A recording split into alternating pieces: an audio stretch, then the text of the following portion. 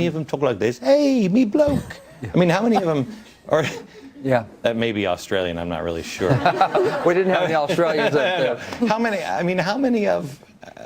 many were English we would recognize as English? You had 20 Irish generals that served with Washington, a bunch of Irish generals. You had several Polish generals. You had several French generals. So how many of the families were split?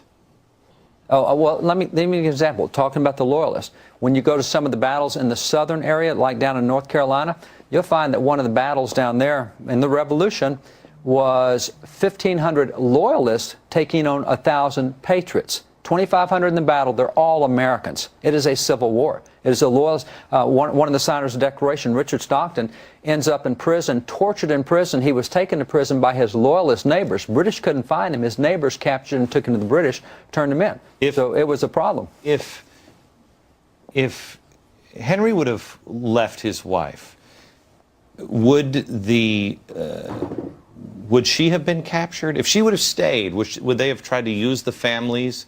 Is there any example of families being used or arrested who split, but they used the family or the children to coerce? You bet. One of the really tough stories in the Revolution is Francis Lewis. Francis Lewis' wife, Elizabeth Lewis, now he's signer of the Declaration. Elizabeth Lewis, he left home so that maybe she'd be safe because they're trying to kill him.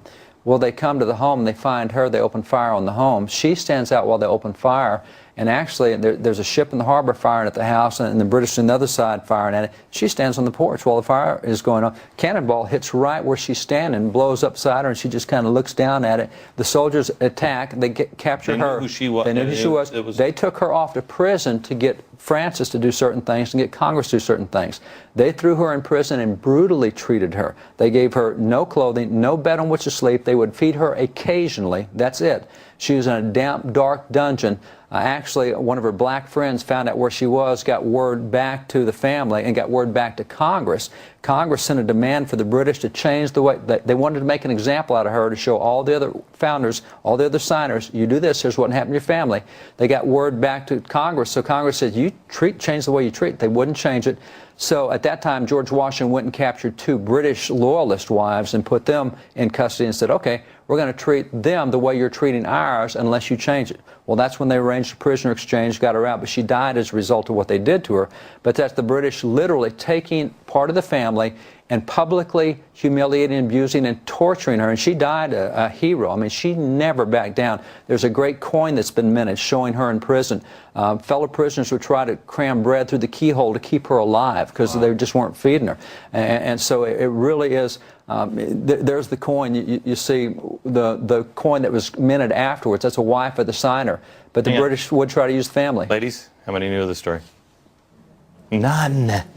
And, None. And that's why Benjamin Franklin on July 4, 1776 said, if we don't all hang together, we will most assuredly all hang separately. They knew they were living loudly for liberty, and it could cost them their lives and their families.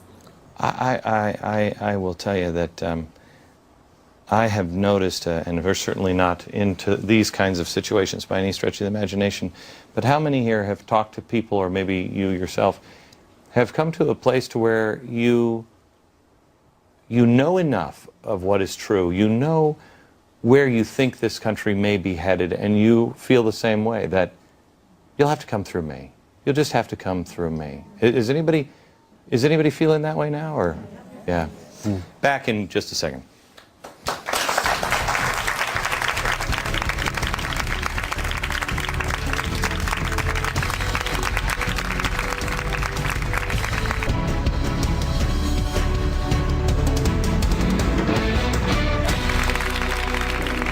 Hello, America. Tonight it's another Founding Friday, Founders Fridays. Tonight it's the women of the American Revolution.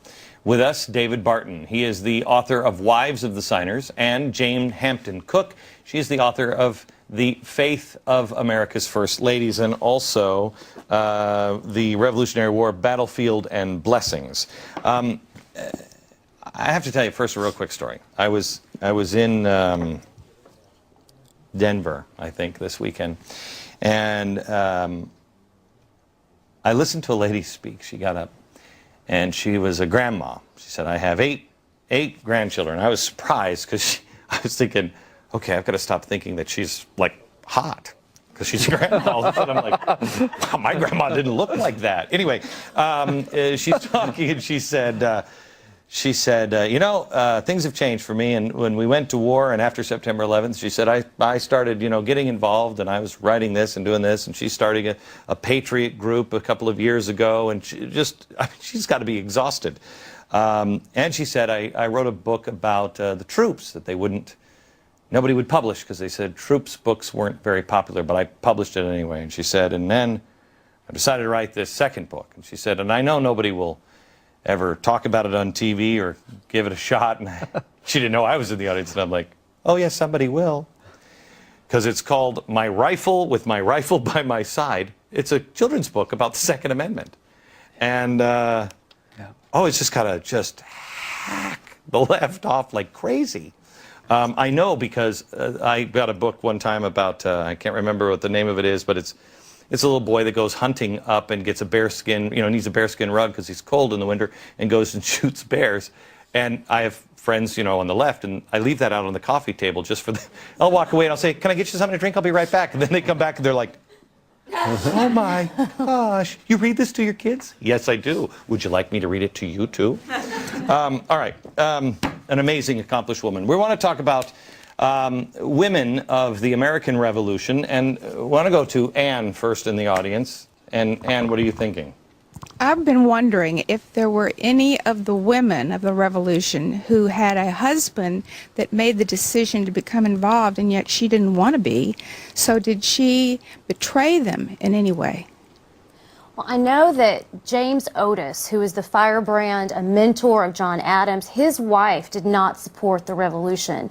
And I don't know that she betrayed him necessarily, but James ended up living with his sister and her Mercy, because that they were all on the same side. And so it did split husbands and wives sometimes. And I don't know about the betrayal part in terms of giving them out. Was there a sense at all, because I'm doing research now on the Holocaust of Germany, and reading this one story of a couple in Amsterdam, and they had a hard time in their family because they said, don't get involved in the underground, don't do any of this because you're going to get the family killed and stuff.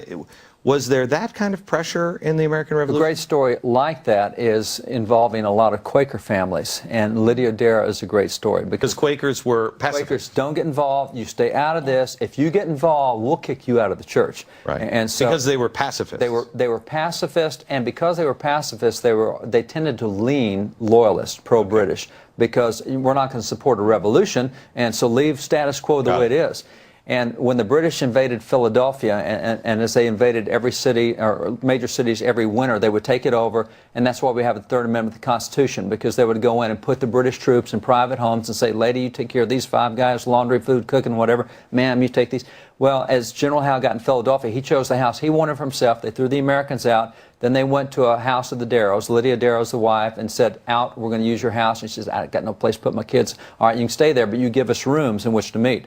The rooms were used by a guy named Major John Andre, and he's the guy who later got hung as the spy, Benedict Arnold, the treason attempt, but he's the spy master for the British. And so he would use those rooms in her house. She's a Quaker, not supposed to do anything about this. And one night he came to her and said, Lydia, we need your rooms tonight. I want you all in bed early, and I want you asleep. And so when... Really, Mr. Fancy Pants? Is that what you want? He got there, knocked on the door, she let him in, and said, they're all asleep, and said, all right, you go off. I'll awaken you when we want out.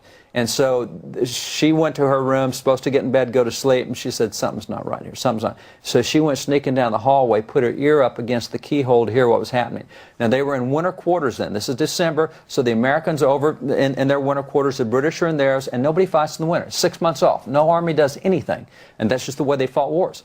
So she's listening and hears that in 2 days, the British are going to do a surprise attack on the American winter quarters with 5,000 British soldiers. Going to wipe out the American army. You're not supposed to do that. That's not playing fair. So she hears this. She rushes back to bed, gets in it, and when Andre comes to let himself out, he knocks on the door quietly. She didn't answer. So he beat on the door a little louder. She didn't answer. He banged on the door really loud. She gets up kind of groggy and answers the door and lets him out. So she says, what am I going to do? She laid in bed all night and prayed. What am I going to do? The next morning she got up because she's not supposed to be involved. Next morning she got up and told her husband, I've got to go to the mill outside of town to get some flour. Well, to go outside of town, you're under martial law. She had to go see General Howe, the British commander, and get a pass to get out of town. She got out of town, got to the mill, dropped her bag, went running down the road to find the first American officer she could find, found him, said, you got to let Washington know. Here's what I just heard. Here's what's going to happen. They're coming after you tomorrow. This is now one day down the road. You got to be ready.